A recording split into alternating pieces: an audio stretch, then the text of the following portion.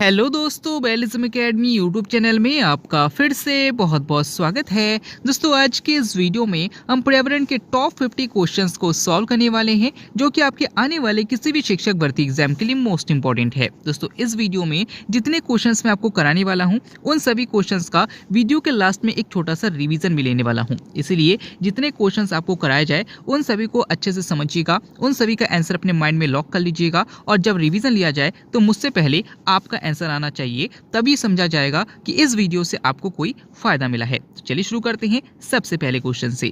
सबसे पहला क्वेश्चन है, इनमें से कौन सा विटामिन समूह जल में घुलनशील है? ऑप्शन आपके सामने है विटामिन ए और B, option B vitamin B और C, option C vitamin E और के, या फिर ऑप्शन डी विटामिन बी और के। इसका सही आंसर हो जाएगा ऑप्शन बी विटामिन बी और सी। दोस्तों, याद रखिएगा कि दो क्वेश्चन आपसे पूछे जाते हैं, एक तो वसा में घुलनशील विटामिन कौन कौन से हैं, और दूसरा पूछा जाता है कि जल में घुलनशील विटामिन कौन से हैं। तो याद रखिएगा कि विटामिन जो है, vitamin A, vitamin B, vitamin C, vitamin D, vitamin E और विटामिन के, इन सभी विटामिन के बारे में आप पढ़ते हैं। याद रखिएगा कि यहाँ पर जो विटामिन बी है और जो विटामिन सी है, सिर्फ ये दोनों विटामिन जल में घुलनशील है, बाकी जो 4 विटामिन हैं ये सारे वसा में घुलनशील है। इसको आप एक तरीके से ये भी ऐसे भी याद रख सकते हैं कि जो मान लीजिए कि वसा है, वसा का कलर होता है, और जो जल होता है उसका कोई कलर नहीं होता है। जब कोई कीड़ा वसा में जाएगा तो वो दिखाई नहीं देगा, यानी कि कीड़ा के, ई, डी और ए, यानी कि विटामिन ए, डी, ई और के जो है, ये चारों शब्द से, चारों अक्षरों से हम कीड़ा शब्द भी बोल सकते हैं। और याद रखिएगा कि ये वसा में घुलनशील है, बाकी बच्चे विटामिन बी और सी जल में घुलनशील है। अगला क्वेश्चन, रबड़ में वल्कनीकरण में प्रयोग किया जाता है, यानी कि रबड़ का जो वल्कनीकरण किया जाता है उसमें किसका प्रयोग किया जाता है? ऑप्शन आपके सामने lead, option B phosphorus, option C sulphur, या फिर ऑप्शन डी सोडियम। इसका सही आंसर हो जाएगा ऑप्शन सी सल्फर। दोस्तों, याद रखिएगा कि जो रबड़ प्राप्त किया जाता है उसका स्थायित्व बढ़ाने के लिए उसमें सल्फर मिलाया जाता है, और इसी क्रिया को वल्कनीकरण कहा जाता है। अगला क्वेश्चन, रसोई में पाई जाने वाली इमली में क्या होता है? ऑप्शन आपके सामने लैक्टिक अम्ल, ऑप्शन बी टार्टरिक अम्ल, ऑप्शन सी सिट्रिक अम्ल, या फिर ऑप्शन डी एस्कॉर्बिक अम्ल। इसका सही आंसर हो जाएगा ऑप्शन बी टार्टरिक अम्ल। दोस्तों, याद रखिएगा कि रसोई घर में, या कह सकते हैं कि जो इमली में जो अम्ल पाया जाता है वो टार्टरिक अम्ल होता है। अगर आपसे पूछा जाता है कि अंगूर में कौन सा विटामिन पाया जाता है, तो याद रखिएगा कि अंगूर में भी टार्टरिक अम्ल पाया जाता है, यानी कि इमली और अंगूर में टार्टरिक अम्ल पाया जाता है। अगर आपसे पूछा जाता है कि दूध में कौन सा अम्ल पाया जाता है, तो याद रखिएगा लैक्टिक अम्ल पाया जाता है। अगर आपसे पूछा जाता है कि नींबू में कौन सा अम्ल पाया जाता है, तो सिट्रिक अम्ल पाया जाता है। और याद रखिएगा कि जितने भी खट्टे फल होते हैं उन सभी में सिट्रिक अम्ल पाया जाता है। अगला क्वेश्चन, चतुर्विंशति सहस्त्री संहिता किसे कहा जाता है? ऑप्शन आपके सामने रामायण को, ऑप्शन बी महाभारत को, ऑप्शन सी ऋग्वेद को, या फिर ऑप्शन डी वायु पुराण को। इसका सही आंसर हो जाएगा ऑप्शन ए रामायण को। दोस्तों, याद रखिएगा कि रामायण को ही चतुर्विंशति सहस्त्री संहिता कहा जाता है। अगर आपसे पूछा जाता है कि शत सहस्त्री संहिता किसे कहा जाता है, तो याद रखिएगा महाभारत को कहा जाता है। अगर आपसे पूछा जाता है कि आदि काव्य किसे कहा जाता है, तो याद रखिएगा रामायण को ही आदि काव्य भी कहा जाता है। अगला क्वेश्चन, इनमें से कौन सा मानव हार्मोन नहीं है? ऑप्शन आपके सामने insulin, option B auxin, option C adrenaline, या फिर ऑप्शन डी ग्लूकागॉन। इसका सही आंसर हो जाएगा ऑप्शन बी ऑक्सिन। दोस्तों, याद रखिए कि कल ही मैंने आपको वीडियो में कराया था कि जो ऑक्सिन हार्मोन है ये एक पादप हार्मोन है, यानी कि पौधों में पाया जाने वाला हार्मोन है, और ये क्या करता है कि पौधों में प्रकाशानुवर्तन की जो घटना होती है वो ऑक्सिन हार्मोन के कारण ही होती है। जैसे सूरजमुखी का पौधा है वो सूरज की ओर घूम जाता है, किस हार्मोन के कारण? ऑक्सिन हार्मोन के कारण। बाकी बचे जो हार्मोन हैं ये सभी मानव हार्मोन हैं, जैसे इंसुलिन हार्मोन है और ग्लूकागॉन हार्मोन है, ये दोनों अग्न्याशय से निकलता है, और जो एड्रीनलिन हार्मोन है ये एड्रिनल ग्रंथि यानी कि अधिवक्र ग्रंथि से निकलता है। अगला क्वेश्चन, मानव मस्तिष्क का भार लगभग कितने ग्राम होता है? ऑप्शन आपके सामने 1600, ऑप्शन बी 1350, ऑप्शन सी 1050, या फिर ऑप्शन डी 1500। इसका सही आंसर हो जाएगा ऑप्शन बी 1350। दोस्तों, याद रखिए कि मानव मस्तिष्क का जो भार होता है वो 1350 ग्राम होता है। अगला क्वेश्चन, पीयूष ग्रंथि को नियंत्रित करने वाली ग्रंथि कौन सी है? ऑप्शन आपके सामने thyroid, option B hypothalamus, option C अग्न्याशय, या फिर ऑप्शन डी मास्टर पीयूष। इसका सही आंसर हो जाएगा ऑप्शन बी, हाइपोथैलेमस। दोस्तों याद रखिएगा कि पीयूष ग्रंथि को मास्टर ग्रंथि कहा जाता है और जो हाइपोथैलेमस ग्रंथि है इसको हेडमास्टर ग्रंथि कहा जाता है। याद रखिएगा कि पीयूष ग्रंथि मानव शरीर की सबसे छोटी ग्रंथि है और जो यकृत ग्रंथि है ये मानव शरीर की सबसे बड़ी ग्रंथि है। अगला क्वेश्चन, मिर्च के तीखेपन का क्या कारण है? ऑप्शन आपके सामने carotene, option B capsaicin, option C lycopene या फिर ऑप्शन डी सिट्रिक अम्ल।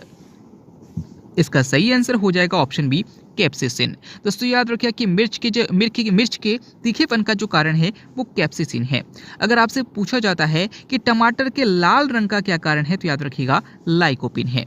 अगला क्वेश्चन, सर्वप्रथम वैक्सीनेशन शब्द का प्रयोग किसने किया था? ऑप्शन आपके सामने Mendel, option B Edward Jenner, option C Wiener या फिर ऑप्शन डी विलियम हार्वे।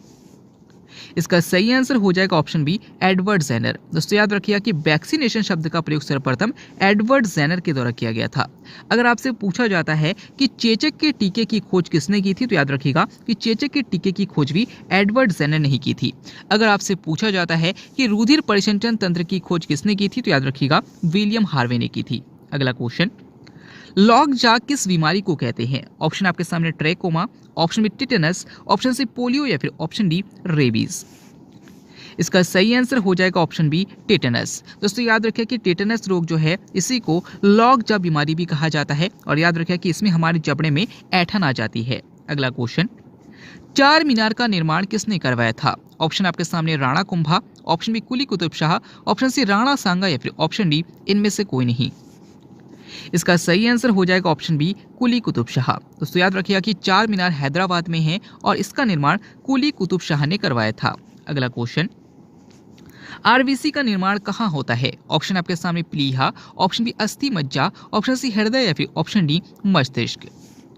इसका सही आंसर हो जाएगा ऑप्शन बी, अस्थि मज्जा। दोस्तों याद रखिएगा कि आरबीसी का निर्माण भी अस्थि मज्जा में होता है और डब्ल्यूबीसी का निर्माण भी अस्थि मज्जा में होता है। अगला क्वेश्चन, उल्का पिंड संबंधी घटनाएं किस मंडल में होती है? ऑप्शन आपके सामने क्षोभ मंडल, ऑप्शन बी समताप मंडल, ऑप्शन सी मध्य मंडल या फिर ऑप्शन डी आयन मंडल।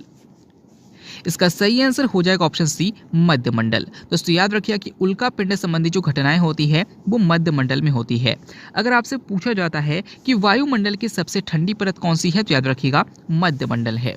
अगला क्वेश्चन, कपड़े धोने का सोडा कौन सा है? ऑप्शन आपके सामने है sodium chloride, option B sodium benzoate, option C sodium carbonate या फिर ऑप्शन डी सोडियम बाइकार्बोनेट। इसका सही आंसर हो जाएगा ऑप्शन सी, सोडियम कार्बोनेट। दोस्तों याद रखें कि सोडियम कार्बोनेट को ही कपड़े धोने वाला सोडा कहा जाता है। अगर आपसे पूछा जाता है कि बेकिंग सोडा किसे कहा जाता है तो याद रखिएगा सोडियम बाइकार्बोनेट को ही बेकिंग सोडा कहा जाता है। अगर आपसे पूछा जाता है कि नमक को क्या कहा जाता है तो याद रखिएगा सोडियम क्लोराइड को ही नमक कहा जाता है। और याद रखिएगा कि जो सोडियम बेंजोएट है इसका प्रयोग खाद्य पदार्थों के परिरक्षण में किया जाता है। अगला क्वेश्चन, प्राचीन भारत की गंगा किसे कहा जाता है? ऑप्शन आपके सामने Yamuna, option B Narmada, option C Saraswati या फिर ऑप्शन डी गोदावरी। इसका सही आंसर हो जाएगा ऑप्शन डी गोदावरी। दोस्तों याद रखिए कि प्राचीन भारत की गंगा या दक्षिण भारत की गंगा दोनों गोदावरी नदी को कहा जाता है और याद रखिए कि यही दक्षिण भारत की सबसे लंबी नदी है। अगला क्वेश्चन, खाद्य श्रृंखला में ऊर्जा का प्रवाह कैसे होता है? ऑप्शन आपके सामने एक दिशीय, ऑप्शन बी बहुदिशीय, ऑप्शन सी उभय दिशीय या फिर ऑप्शन डी इनमें से कोई नहीं। इसका सही आंसर हो जाएगा ऑप्शन ए एक दिशीय। दोस्तों याद रखिए कि खाद्य श्रृंखला में ऊर्जा का प्रवाह एक दिशीय होता है, यानी कि जैसे पौधा है, पौधे को कौन खाएगा तो हमें पता है पौधे को टिड्डा खाएगा, टिड्डे को कौन खाएगा तो टिड्डे को मान लीजिए मेढक खाएगा, और मेढक को कौन खाएगा तो मेढक को सांप खाएगा, यानी कि एक निश्चित दिशा में चलता है। और ऐसा नहीं देख सकते कि मेढक जो है मेढक को सांप खा रहा है लेकिन सांप को मेढक नहीं खाएगा, यानी कि उल्टा नहीं हो सकता, यानी कि एक निश्चित दिशा में चलता है और सिर्फ एक ही दिशा में चलता जाता है, इसलिए इसे एक दिशीय कहा जाता है। अगला क्वेश्चन, लेड पेंसिल में होता है, आपको बताना है कि लेड पेंसिल में क्या होता है। ऑप्शन आपके सामने lead, option B lead oxide, option C graphite या फिर ऑप्शन डी जिंक ऑक्साइड। इसका सही आंसर हो जाएगा ऑप्शन सी ग्रेफाइट। दोस्तों याद रखिए कि जो लेड पेंसिल होता है इसमें ग्रेफाइट होता है, यानी कि पेंसिल के बीच में जो काले रंग का जो दिखाई देता है इसी को ग्रेफाइट कहा जाता है। और याद रखिए कि ग्रेफाइट एकमात्र ऐसी अधातु है जिसमें विद्युत का चालन होता है। अगला क्वेश्चन, किस तापमान पर जल का घनत्व अधिक होता है? ऑप्शन आपके सामने है 4 degree Celsius, option B -4 degree Celsius, option C 8 degree Celsius या फिर ऑप्शन डी 0 डिग्री सेल्सियस। इसका सही आंसर हो जाएगा ऑप्शन ए 4 डिग्री सेल्सियस। दोस्तों याद रखिएगा कि 4 डिग्री सेल्सियस पर जल का घनत्व अधिकतम होता है और न्यूनतम आयतन होता है। तो 2 क्वेश्चन यहाँ पर आपसे पूछे जा सकते हैं। अगला क्वेश्चन, चंद्र ग्रहण तभी होता है जब ऑप्शन आपके सामने है अमावस्या होती है, ऑप्शन बी पूर्णिमा होती है, ऑप्शन सी दोनों अवस्था होती है, फिर ऑप्शन डी इनमें से कोई नहीं। इसका सही आंसर हो जाएगा ऑप्शन बी पूर्णिमा होती है। दोस्तों याद रखिए कि चंद्र ग्रहण की घटना हमेशा पूर्णिमा को होती है और अमावस्या में ही हमेशा सूर्य ग्रहण की घटना होती है। मैंने क्या कहा कि सूर्य ग्रहण की जो घटना होती है वो हमेशा अमावस्या में होती है और जो चंद्र ग्रहण की घटना होती है वो हमेशा पूर्णिमा को होती है। नोट कर लीजिएगा, इंपॉर्टेंट क्वेश्चन है।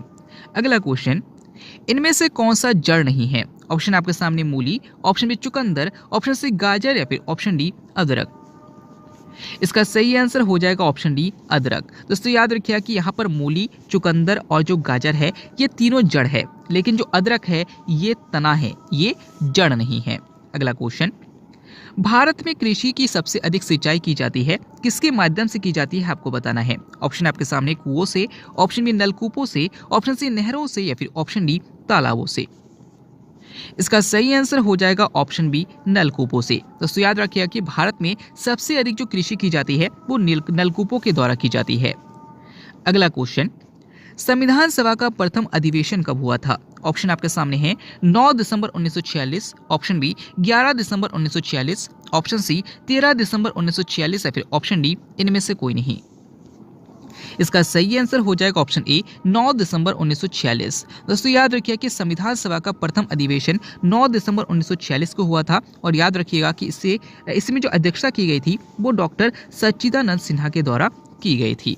अगला क्वेश्चन, प्रोफेसर अमर्त्य सेन को किस क्षेत्र के लिए नोबेल पुरस्कार मिला था? ऑप्शन आपके सामने है शांति, ऑप्शन बी प्रकाश प्रकीर्णन, ऑप्शन सी साहित्य या फिर ऑप्शन डी कल्याणकारी अर्थशास्त्र। इसका सही आंसर हो जाएगा ऑप्शन डी कल्याणकारी अर्थशास्त्र। दोस्तों याद रखिए कि प्रोफेसर अमर्त्य सेन को कल्याणकारी अर्थशास्त्र के लिए नोबेल पुरस्कार दिया गया था। अगला क्वेश्चन, ल्यूकेमिया किसकी बीमारी है? ऑप्शन आपके सामने त्वचा की, ऑप्शन बी रक्त की, ऑप्शन सी हृदय की या फिर ऑप्शन डी फेफड़ा की। इसका सही आंसर हो जाएगा ऑप्शन बी रक्त की। दोस्तों याद रखिए कि जब हमारे रक्त में WBC की मात्रा बढ़ जाती है तो इसको ल्यूकेमिया कहा जाता है और इसी को ब्लड कैंसर भी कहा जाता है। अगला क्वेश्चन, विश्व पोलियो दिवस कब मनाया जाता है? ऑप्शन आपके सामने 24 अक्टूबर, ऑप्शन बी 8 अक्टूबर, ऑप्शन सी 2 अक्टूबर या फिर ऑप्शन डी 11 अक्टूबर। इसका सही आंसर हो जाएगा ऑप्शन ए 24 अक्टूबर। दोस्तों याद रखिए कि 24 अक्टूबर को ही विश्व पोलियो दिवस भी मनाते हैं और 24 अक्टूबर को ही संयुक्त राष्ट्र स्थापना दिवस भी मनाते हैं। अगर आपसे पूछा जाता है कि वायु सेना दिवस कब मनाया जाता है तो याद रखिएगा 8 अक्टूबर को मनाया जाता है। अगर आपसे पूछा जाता है कि अंतर्राष्ट्रीय अहिंसा दिवस कब मनाया जाता है तो 2 अक्टूबर को मनाया जाता है। और अगर आपसे पूछा जाता है कि अंतर्राष्ट्रीय बालिका दिवस कब मनाया जाता है तो याद रखिएगा 11 अक्टूबर को मनाया जाता है। दोस्तों अब जितने क्वेश्चंस को हमने सॉल्व किया है उन सभी का रिवीजन करने वाले हैं। तो जितने क्वेश्चंस मैं आपसे पूछूं उन सभी का आंसर फटाक से आ जाना चाहिए, मुझसे पहले आना चाहिए। चलिए शुरू करते हैं रिवीजन। सबसे पहले कपड़े धोने का सोडा कौन सा है? तो मैंने आपको बताया था कि सोडियम कार्बोनेट को ही कपड़े धोने का सोडा कहा जाता है। अगला क्वेश्चन, चार मीनार का निर्माण किसने करवाया था? तो कुली कुतुब शाह ने करवाया था। अगला क्वेश्चन, चतुर्विंशति शास्त्रीय संहिता किसे कहा जाता है? तो मैंने बताया था रामायण को कहा जाता है। अगला क्वेश्चन, रबड़ के वल्कनीकरण में किसका प्रयोग किया जाता है? तो सल्फर का प्रयोग किया जाता है। अगला क्वेश्चन, इनमें से कौन सा विटामिन समूह जल में घुलनशील है? तो मैंने आपको बताया था कि विटामिन बी और सी जो है वो जल में घुलनशील है। आगे क्वेश्चन है कि मिर्च के तीखेपन का क्या कारण है? तो कैप्सिसिन है। अगला क्वेश्चन, इनमें से कौन सा मानव हार्मोन नहीं है? तो मैंने आपको बताया था कि ऑक्सिन जो है वो मानव हार्मोन नहीं है। अगला क्वेश्चन, पीयूष ग्रंथि को नियंत्रित करने वाली ग्रंथि कौन सी है? तो मैंने आपको बताया था जो हाइपोथैलेमस है वही पीयूष ग्रंथि को नियंत्रित करने वाली ग्रंथि है। अगला क्वेश्चन, मानव मस्तिष्क का भार लगभग कितने ग्राम होता है? तो 1350 ग्राम होता है। अगला क्वेश्चन, सर्वप्रथम वैक्सीनेशन शब्द का प्रयोग किसने किया था? तो मैंने बताया था एडवर्ड जेनर ने किया था। अगला क्वेश्चन, लेड पेंसिल में क्या होता है? तो ग्रेफाइट होता है। चंद्र ग्रहण तभी होता है जब, मैंने बताया था आपको कि चंद्र ग्रहण की घटना हमेशा पूर्णिमा में होती है। संविधान सभा का प्रथम अधिवेशन कब हुआ था? तो 9 दिसंबर 1946 को हुआ था। रसोई में पाए जाने वाली इमली में कौन सा अम्ल होता है? तो टार्टरिक अम्ल होता है। और लास्ट में क्वेश्चन था कि किस तापमान पर जल का घनत्व अधिकतम होता है? 4 डिग्री सेंटीग्रेड पर होता है। आगे बढ़ते हैं। ल्यूकेमिया किसकी बीमारी होती है? तो मैंने आपको बताया था कि ल्यूकेमिया WBC के बढ़ने के कारण ल्यूकेमिया की बीमारी हो जाती है। अगला क्वेश्चन, इनमें से कौन सा जड़ नहीं है? तो मैंने आपको बताया था कि जो अदरक है वो जड़ नहीं है। अगला क्वेश्चन, विश्व पोलियो दिवस कब मनाया जाता है? तो 24 अक्टूबर को मनाया जाता है। अगला क्वेश्चन, भारत में कृषि की सबसे अधिक सिंचाई की जाती है, यानी कि किसके माध्यम से भारत में सबसे अधिक कृषि सिंचाई की जाती है? तो मैंने आपको बताया था नलकूपों से की जाती है। अगला क्वेश्चन, प्रोफेसर अमर्त्य सेन को किस क्षेत्र के लिए नोबेल पुरस्कार मिला था? तो मैंने आपको बताया था कि कल्याणकारी अर्थशास्त्र के लिए इनको मिला था। आगे बढ़ते हैं। आरबीसी का निर्माण कहाँ होता है? तो मैंने आपको बताया था अस्थि मज्जा में होता है। अगला क्वेश्चन, लॉग जा किसकी बीमारी को कहते हैं? तो मैंने आपको बताया था कि टिटेनस को लॉग जा की बीमारी भी कहा जाता है। अगला क्वेश्चन, प्राचीन भारत की गंगा किसे कहा जाता है? तो गोदावरी नदी को कहा जाता है। अगला क्वेश्चन, खाद्य श्रृंखला में ऊर्जा का प्रवाह कैसा होता है? तो मैंने आपको बताया था एक दिशीय होता है। और सबसे लास्ट क्वेश्चन, जिसका आंसर आपको मैं कमेंट के द्वारा बताना है, क्वेश्चन है उल्का पिंड संबंधी घटनाएं किस मंडल में होती है? इस क्वेश्चन का आंसर आपको हमें कमेंट में बताना है। दोस्तों, आज का वीडियो आपको कैसा लगा? अगर वीडियो अच्छा लगा तो वीडियो को एक बार शेयर जरूर कीजिएगा, वीडियो को लाइक कीजिएगा, चैनल को अभी सब्सक्राइब नहीं किया तो चैनल को सब्सक्राइब कीजिएगा। साथ ही साथ हमारी मेहनत आपको कैसी लगी कमेंट बॉक्स में जरूर बताइएगा। अगर आपको वीडियो अच्छा लगा तो हमें कमेंट बॉक्स में बताइएगा, अगर अच्छा नहीं लगा तो क्या अच्छा नहीं लगा वो भी बताइएगा। मिलते हैं अगले वीडियो में, तब तक के लिए देखते रहिए, सीखते रहिए।